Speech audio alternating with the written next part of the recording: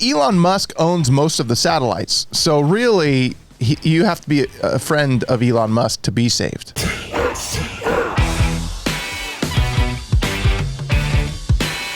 This first story, guys, I feel like this guy, or these three guys rather, they got a handout that I think a lot of us might like in this 2020 season.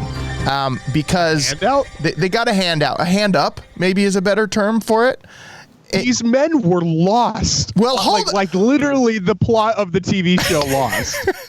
I feel like it was more like Castaway. But in this story, these three men rescued from a remote Pacific island after writing giant SOS in the sand. So these three guys, there's a helicopter right there, came and landed on the island. It's like Castaway. It's basically Castaway, and they got way fast saved. Here in the article, the first line is, if only the folks on Gilligan's Island had thought of this, the show would have been a lot shorter. I don't think they had the technology as far as aircraft goes when Gilligan's Island was out. But Are you talking about the giant SOS? Because I think that's what they're referring to. They're just talking about the SOS in the sand, but didn't they build fires and stuff on Gilligan's Island? And they didn't have like helicopters like this? They built islands and SOS and all that sort of stuff. Yeah, they did it all. But that's what I'm saying. They also had visitors come by all the time. You know, they had visitors come from all the time and show up and disappear. So I don't know how remote they really were. Yeah, that show that's insane. It's bollocks. It's literally a guy. Yeah, I'm part of the Megxit too, Prince Jake. Whoa, bollocks. You know, we might get canceled for saying that. Bollocks. Is that in one of the listed words? Oh, great. Somebody give me a cortisol shot.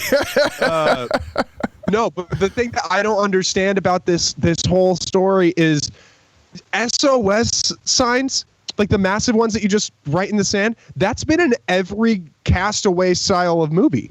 That is the trope. Yeah, but so, but it's just the odds of somebody flying over and seeing it. Like, that's the thing. What kind of archipelago is this? Okay, we have which, by the way, that's my favorite word. A group of islands is an archipelago. You're a fancy man. Really funny thing that happened to me is that I was in class one time, and it was for my screenwriting course, and my teacher was like, come and get help from your students when you're stuck. She's like, no man is an island. And I was like, but a group of men is an archipelago. And she thought it was really funny. That's the end of my story. That's a good story, Jack. I think that's solid. This little archipelago. They were only there. Okay, it's Australian. So they're in Australian areas. Yeah. And the Australian Defense Departments who found them, and they were there for only 3 days. Yeah, 3 days. It's not a 3-hour tour. So right here in the article, the group was discovered on an uninhabited island known as Pickalot Island. A Pickalot, that's interesting. I'm sure it's probably like Pikelot or something weird, or Picalo. After they set sail, Picalo sounds like an island, right? That sounds much more like Picalo. We're gonna go with Picalo. Pickalot is my favorite island, though, because then you go and it's like Big Lots, but just for all the abandoned toys. I just thought it would have been full of coconuts. Just fruit. Just fruit. An island of fruit. Yeah. Just Pickalot. All right, back to the story. I'm just curious with all the spy satellites now and how they can read things so well, how anybody can get lost anymore and not be known by a government. You know what? That's a good point. But Elon Musk owns most of the satellites. So really, you have to be a friend of Elon Musk to be saved. I mean, realistically. I'm looking up how long does it take satellite imaging to refresh. Oh. Well, they must have found them quick. They were probably Tesla owners. Yeah, they just needed a supercharger because their cars were empty. That's what they needed.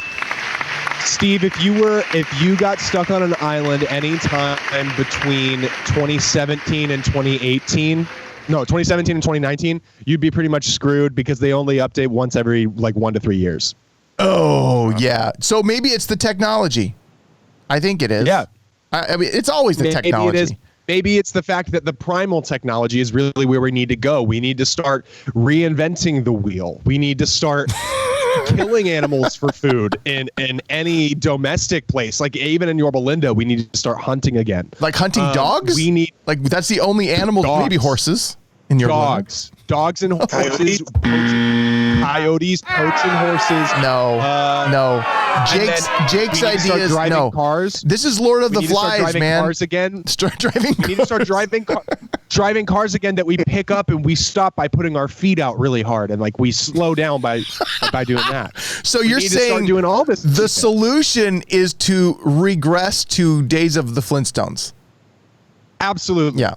No. I don't think so. It's like when you fly Spirit Airlines, right? Like that's how the plane lands. Everyone puts their feet out. Spirit Airlines. They don't have enough money. Flapping wings on Spirit. Yeah, there's like when you're in the exit rows, they ask you have to be willing to open the exit door in case of emergency. Is that okay? And they're like, yes. And then they go, also, these wings are manual. You have to be willing to flap your wing. Right. Is that okay? And then they have to be like, yeah. So. And the only in-flight movie that they show is Angels in the Outfield.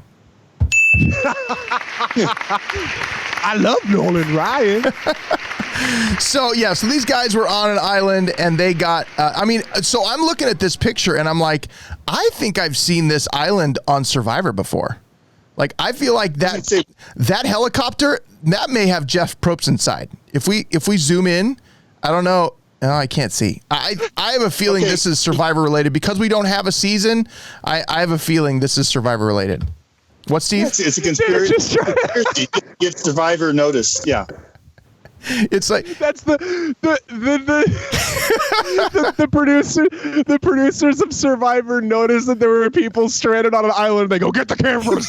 We gotta go. We have a natural Survivor season happening right in front of us, guys. Yeah. Or is it Tontine? Awesome. Dude, honestly, if these guys are out there for 3 days, they're probably imagining they're going to be out there for months. They're probably like, yeah. What do you think when you're? I mean, we've all seen Castaway. Or at least we have seen Castaway. Like, you start to think you went crazy. Like, Tom Hanks went crazy. Now, in 3 days, I don't know if you have time to go crazy, but you start getting really nervous and worried. Almost like 3 days is enough to be like, this could be forever. Yeah. That's a weekend road trip. I can't tell you how many times I've gone to the desert with people for 3 days and wished it would end. I just want to know if when they were rescued, if they were social distancing and had their masks on. That's a good question. Absolutely not. Probably not. But absolutely not. The other thing that's really interesting, on this page, on one of the sponsored content, we've got a character from Lost in the bottom right corner. What are you talking about? Hugo is in the bottom right corner. Look at him right there. He is Hugo. So you can't see it, but on the ads that I'm looking at right here, it's Hugo from Lost is in the bottom right. Yeah. I think this is a conspiracy theory. This is actually, they're filming a new Lost, and people got confused that it's a real situation. It's actually a movie. Okay, hear me out right here. I'm going to make this go really fast. Let's do it. Same guy that played Hugo that's on the cover of the Hurley album from Weezer. Yeah. Everybody knows him. Everybody loves him. He was in Lost. He was great. He also plays a character called the Blitz in my favorite TV show of all time, How I Met Your Mother. And the whole idea behind the Blitz character is that the moment he leaves the room, the most incredible thing happens. And he misses it every time. And his catchphrase is, oh, man. So what if they were doing a Lost spinoff with that character? And it's the Blitz, and the moment he leaves the room, and like Marshall and Lily and everybody are like having like their like Gouda and wine night, you know, he leaves the room, he comes back in, and all of a sudden it's just this island, right, with these three other people, and the first episode just ends with him going, "Oh man," and then that's the new series of Lost. It's just called Lost 2. Oh man. Lost 2. Oh man. Lost. What's his name in the show? The Blitz. Lost 2, the Blitz in Space or something like that. Yeah. The Blitz in Space. Attack of the Blitz. Right, Attack of the Blitz. That'd be good. Blitz, the movie, the musical. Planet of the Blitz. Planet of the Blitz. So these guys, and I started thinking about getting stranded on a desert island and being like, they got airlifted out by this helicopter. They got saved because of an SOS. I kind of feel like that is exactly how I feel about 2020. I'd love to get airlifted out of this. And then Jake says, Todd, I don't think airlifting is for you. And I'm like, what are you talking about? I'm talking about like theoretically being airlifted out of this horrible year that just everything seems to be going wrong. And Jake's like, have you ever seen an airlift, like a literal airlift? So he sent me this video, and I want to, I after watching this, I agree with him. And I'll tell you why here in a second. So this is a video of somebody actually being airlifted, and it does not, I do not feel good about it. So a local ABC news station sent their helicopters to, there was a hiker, and you're seeing a basket of the lady, 74-year-old woman. She's being lifted up in the air, and she's lifted up to the helicopter, and then she's starting to spin.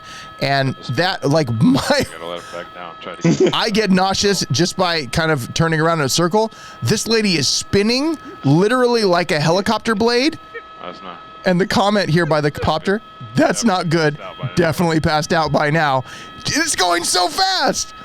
Oh my goodness. I can't. Sounds like a new ride at Six Flags. It sounds like exactly that. Exactly that. And she's still spinning. There you go. Let him down. There you go. Let them down. And they're flying away to get her to stop spinning. Oh my gosh. I never, ever, ever want to get airlifted, because that is exactly what would happen, especially this year.